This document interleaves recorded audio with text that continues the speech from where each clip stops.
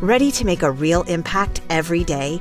Join the Active Day Home Care team and help clients maintain their independence in the comfort of their own homes. Make a difference in someone's life as you provide essential daily assistance and protect their health and happiness. Earn up to $20 an hour and enjoy additional perks like optional daily pay, 401k, paid time off, ongoing educational training, and more. Join a team that values care, compassion, and your professional growth. Visit activeday.com to apply. At Arizona State University, we're bringing world-class education from our globally acclaimed faculty to you. Ranked #1 in innovation for 10 consecutive years and #2 among public universities for employability. ASU isn't just ahead of the curve, it's creating new paths to success. Earn your degree from the nation's most innovative university. Online, that's a degree better.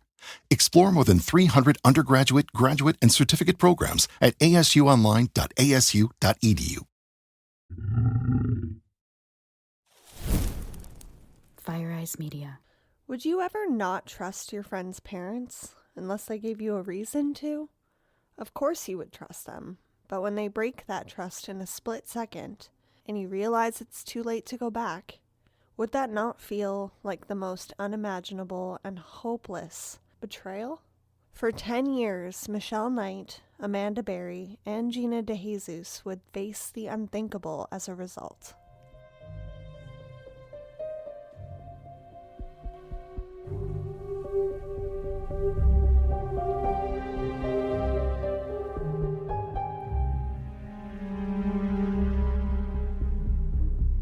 Hello and welcome to another episode of Truly Twisted. As always, I'm your host, Alicia Watson, and every Thursday I will be bringing you an episode that is always victim-focused and fact-based. Today's story is one of resilience and survival, and I feel like I need to say that up front because the story I have for you today is a tough one to hear. It's heavy, and for that reason I will be telling it in 2 parts. In the media, this story is called the Cleveland Kidnappings, but I choose to rephrase that, highlighting the victims and their strength, because at the end of the day, that is really what this podcast is all about. We will be talking about Michelle Knight first, as she was the first victim of Ariel Castro. I also just want to shout out her book, Finding Me, A Decade of Darkness and a Life Reclaimed, as that is an absolutely incredible read and was a primary resource for today's episode. Michelle had a tough upbringing, to say the least. She lived in a poorer neighborhood of Cleveland with her mom and 2 younger brothers, but there were also always friends and family coming and going and staying at their home.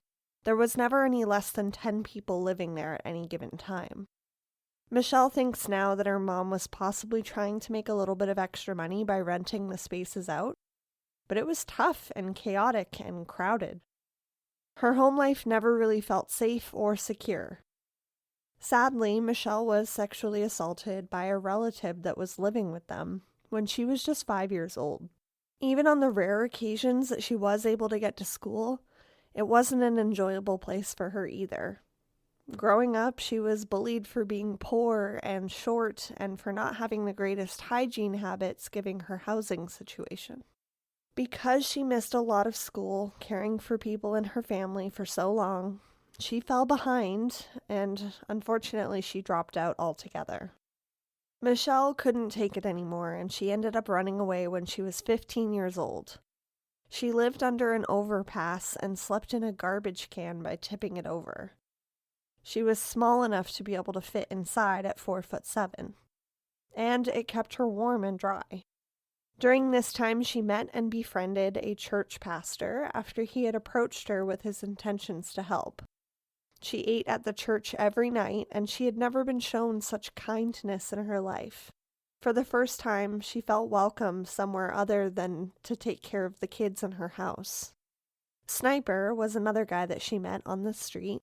He offered her a room knowing her current living situation, but all she had to do in return was to be a drug runner for him. Roderick was another man that worked and lived with them as well. The 2 of them became like her older brothers. But then, cops raided the home that they were staying at. She managed to escape and run back to the underpass that she had been staying at. but she doesn't know what became of Roderick and Sniper.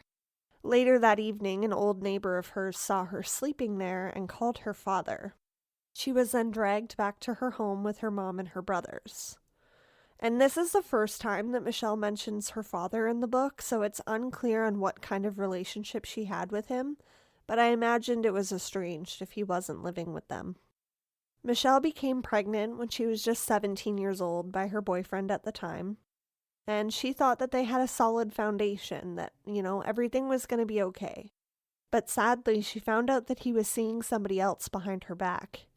And finding out that she was pregnant, he actually chose to stay with the other girl, leaving Michelle. That would force her to face this pregnancy all on her own. While she was pregnant, that same relative that had abused her at a young age was staying at the house. He again tried to rape her. But thankfully she was able to fight him off with no harm to her or her unborn baby. But she knew that she couldn't stay in the house anymore at this point. She was going to have her baby, get a job, and move into a place of her own. Michelle gave birth to a baby boy, calling him Joey. But unfortunately, because of the cost of having a child, she was not in any place to be able to move yet. When she was just shy of 20 years old, Joey was now 2, she left him with her mom for a couple hours so that she could go job hunting. She was having a hard time, though, not having graduated high school. But her mom did not watch Joey, as planned, and she left the toddler with her abusive boyfriend Carlos. And he fractured the little boy's leg when she grabbed him because he was crying. Michelle, of course, had to take him to the hospital as a result, where she was heavily questioned about Joey's injury. Michelle said that he had hurt his leg when they were playing at the park, not wanting to risk them thinking that she was an unfit mother. But Carlos called the hospital and admitted that it was him that had hurt the child. Obviously, the hospital questioned the living situation that he was in, and Carlos admitted to being drunk at the time as well. Sadly, social services was called and Joey was taken into their custody. Joey was being moved around to different towns and different families through the foster system, and Michelle started the process of appealing her parental rights to get Joey back. But she had no car, and she had to do whatever she could to get to these appointments. Anytime she was late, it was just working against her and delayed the process even further. I can't even imagine how helpless this feeling would be. At the very least, Michelle was able to get out of her house, and she moved in with her cousin Lisa. Michelle would then meet Ariel Castro through the group of girls that hung out with their cousin. The girls hit it off right away, and Emily never had a bad thing to say about her father. At the time, he was working as an elementary school bus driver, and he was a quote-unquote good dad. Michelle continued to do everything that she could to get Joey back, and on August 22nd, 2002, she would have to walk 3 hours to go to a court hearing about getting him back, but she kept getting lost. She stopped inside of a dollar store on the way to get some directions, and Emily's dad, Ariel, overheard the conversation that Michelle was having with the store employee. He introduced himself, recognizing her as one of his daughter's friends, and Michelle didn't think anything of it when he offered to take her to her appointment. She was so relieved, but that relief was short-lived. When they got in the car, Ariel started driving in the wrong direction. A little confused, Michelle asked what he was doing, and he said that he had to go to his house on the way to check on the puppies that his dog had just had, and then they would be on their way. Ariel had even offered to give one of the puppies to her son when she got him back. When they got into the house, Michelle immediately noticed how dirty and disgusting it was. The house on Seymour Avenue was 2 floors with a basement, and it was completely neglected. In fact, it wasn't far from where Michelle grew up, herself being in a poorer part of the town. Ariel noted that the puppies were just upstairs, and that Michelle could go and check them out and pick one out for her son. But when she got to the top of the stairs, he pointed inside of a pink room and said that the puppies were in there in a box, and that she could pick one and give it to Joey. The door slammed behind her. He put his hand over her mouth and said that he would kill her if she screamed. It all happened so quickly for Michelle to even be able to react. Ariel tied her hands and her feet, and he tied a cord around her neck. He then masturbated onto her and hung her from the cord to a suspended pole in the room, meaning that she was pressed up against it. She wasn't hanging. But he would leave her that way for the next 2 days, having stuffed a dirty sock in her mouth and taping her mouth shut. And he didn't just tape her mouth shut, he duct taped all the way around her head. Ariel returned and took her down from the pole before moving her to a different room and onto a dirty mattress. There, he raped her for several hours, and then to her surprise broke down crying. He gave her this sob story about how he had been sexually abused when he was young, and that he was sick, and that's why he was like this. But in my mind, I'm like, I'm sorry, sir. Michelle was also abused as a child, and she doesn't continue that cycle. Ariel proceeded to ramble, telling her that when he got 2 more girls, that he would let her go. And other horrendous things, like, I wish I had gotten to that John Benet Ramsey girl first, and how much he liked blondes. This is your before and after story. Prepare for an incredible career in nursing. At Southeastern College, experience expert hands-on training. Learn real-world skills in our professional lab and simulated settings. And train for opportunities as a practical nurse, registered nurse, or career advancement with our RN to BSN program. At Southeastern College, your future is bright. Visit sec.edu to get started. A truly disgusting man. Michelle told Ariel that she was 21 years old, and he started to get angry because he thought that she was much younger due to her size. But also, she's friends with your daughter, so she would be around the same age, no? He dragged her out of the room, down to the basement, where there were rusty chains, water, porn tapes, garbage, and dirty clothes. He used the 2 rusty chains and looped it around her body from her belly to her mouth, and then he tied her to a pole down there. Then he put a motorcycle helmet over her head, where she could barely breathe. She would pass out and come to basically this entire time. At one point, she was finally able to get her hands untied from the chains and get the helmet off so she could breathe a little bit easier. She tried to hide the fact that she had gotten her hands untied because she didn't want it to look like she was able to get free, but he noticed and he told her that she was going to need to be punished. Ariel proceeded to beat her and then drag her upstairs to rape her. He put chains on her hands and feet before leaving her on the dirty mattress again. After this, a routine would begin. He would wake up and he would go to McDonald's, force her to eat an Egg McMuffin sandwich.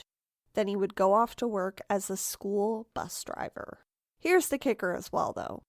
How he continued to be in this job is a mystery because previously to this, he had been guilty of kidnapping and neglect. He had 2 kids left on the bus to drop off. He dropped one off and then started aimlessly driving around with the other. He then went to Wendy's and forced the kid to hang out in the bus and hide while he went to get his food. This child was 4 years old, and obviously when he didn't come home, his family was in a tizzy. When the Cleveland police showed up to take his statement for this, he was put on probation for 6 days unpaid before being allowed to go back to work. Honestly shocking. When Ariel got home from work, he would watch porn so loudly that Michelle could hear it upstairs, and then he would hit her and rape her multiple times. He would then just sit and talk to her casually, like everything that he had just done was completely normal and not traumatizing. He admitted that Michelle must be getting bored being locked up all day, so eventually he got her a radio and then a TV for her room. When he had people over and his family from time to time, he told her that if she made a sound, that he would kill her. Eventually, he started letting her come outside with him to help him with some stuff in the yard. He changed her clothes for the first time since she had been abducted, and then put a dirty old wig on her head and some glasses so she couldn't be easily recognized. When they went outside, he carried a gun with them and told her if she tried to run, that she would be shot. Honestly, Michelle was just happy to be outside and getting some fresh air. But he couldn't even let her have that happiness because he would sexually abuse her in the backyard and on other occasions behind his vehicle. Ariel got Michelle some journals to write and draw in. She started writing to her son Joey. He was honestly the only thing that was getting her through this. She would find herself talking to him out loud as if he was in the room with her.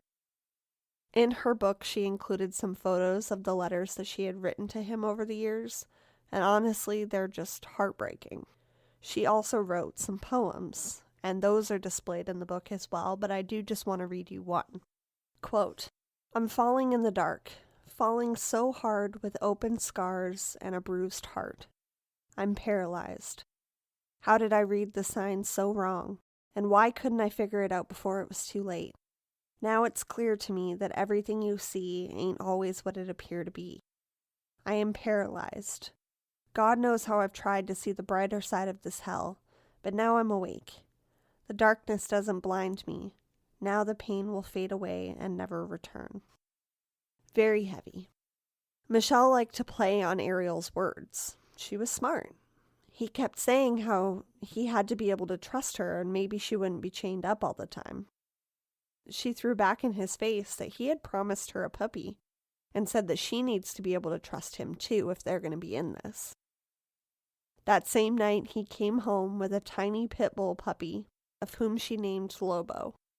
He was little and low to the ground, just like she was. Michelle loved that dog so much. He became another means of love and getting through the nightmare that she was living in. She would say all of the things that they would do together when they were out and back to Joey. Even though Ariel gifted her some things, he would still mess with her psyche and beat her down in any way that he could. He used to tell her that no one was looking for her and that no one cared about her. Michelle's case unfortunately didn't get very much media attention as she was older and had run away in the past. So her story was pretty much dismissed when she was reported as missing by her cousin. Ariel used to rub it in her face, and once the other girls were kidnapped as well, he would show her clips of their families looking for them, just to torture her. She wrote in her book that this was the loneliest that she had ever felt in her life. And I'm going to give an additional trigger warning here for animal abuse. One night when he came home to watch porn and aggressively abuse her, he was drunk, and he didn't take Lobo outside like he usually did when he abused her.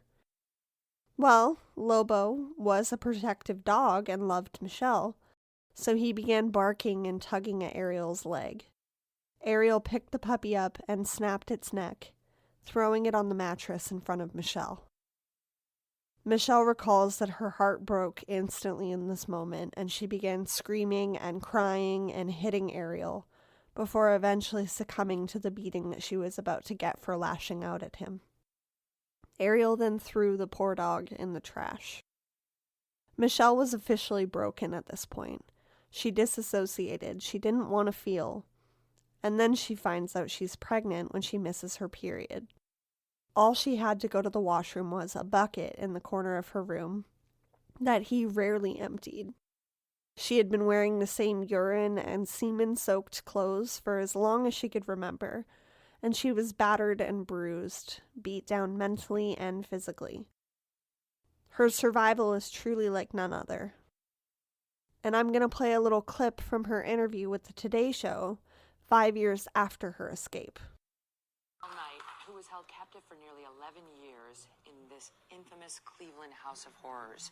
She is now known as Lily Rose Lee. And you've changed your name, Michelle. Welcome. Why? Why Lily Rose Lee? Because I decided when I was in the house I was going to change my name. I kept on figuring out different names. And then I seen this piece in the newspaper that he had saying lilies were pure of heart. So I was like, yes, that's my new name. That's me. And then after that, I was like, what would I do my middle name for? So I was like, my best friend Rose, that stood by my side, helped me when I was younger during a difficult time. And then my last name was my son's middle name. Mm-hmm. Your son, who was 2 years old. Pieces of my life was connected to make my name. Your son was 2 years old when you were captured, when you were taken. Yes. And I know it was the thought of your son that helped you not break, because I think a lot of us look at what you went through in there and think, how could you maintain any sense of yourself, any will to live? Every day of every hour, I thought of what my son would think of me if I had done this, this, and this. Like, I wanted to commit suicide in the house. So the first thought of my son was like looking at me saying, Mommy, I don't want you to kill yourself. I want you to survive this. So I was like, I'm not going to take the coward's way out. I'm going to overcome all that has happened to me, and I'm going to show my son that I didn't take the easy way out. I mean, not only were you being subjected to physical abuse, but you've written before about how you didn't shower for 8 months. Yes. I mean, he didn't allow you basic human, just part of being a human being, humanity. He basically took everything away. Like, if somebody can give you a cup of coffee, he can easily just take it away. If somebody can give you a bath, he'll easily just take it away, because that was his way to control you. But all three of the girls agreed that you got it the worst. And I know you believe that's because you wouldn't break. I wouldn't break. How did you do it? I mean, how? How did you maintain? Because I know you're a Spitfire now, and you were a Spitfire in captivity. Yes. This is how I see it. If you had already went through torture in your life, you can't be broken twice. You can only survive after that. So in a way, it was a blessing to you that you came from a home that was less than ideal. Yes. And you don't have any contact with your family of origin? No. Right? Nothing. Your mom came to visit you in the hospital, I know, after you were rescued, and what happened? I kind of told her that at the moment I didn't want to see anybody because I wasn't ready. I definitely wasn't ready. I was too ill to even speak. I was too ill to even move around. I didn't want that memory in my head. So I was like, you know what? When I'm ready, then that's when I'll meet you. The reason I wanted to play this is I wanted to leave you on a happier note. That's today's Michelle, that is alive and well. She is now thriving, and she wishes to stay out of the press's eye after releasing not 1, but 2 books and getting her story out there. I completely understand this, as a large part of her life was spent being beat down in every way possible, but it also makes sense to want to move on and be happy. She is an absolute inspiration, and her story deserves to be heard. And that is where I'm going to end part 1 for today, and I will continue the story next week, so be sure to tune in. In the meantime, if you like the show, please leave me 5 stars wherever you are listening now. It's the best way to help me grow the show and spread the word. And know that you are wanted, you are loved, and you deserve to be here. And I will see you next week. Truly Twisted is a proud production of Fire Eyes Media, a woman-owned and operated network. This show is hosted, researched, and edited by me, Alicia Watson. And I would love if you would email me any case suggestions or comments you may have at alicia@fireeyesmedia.com.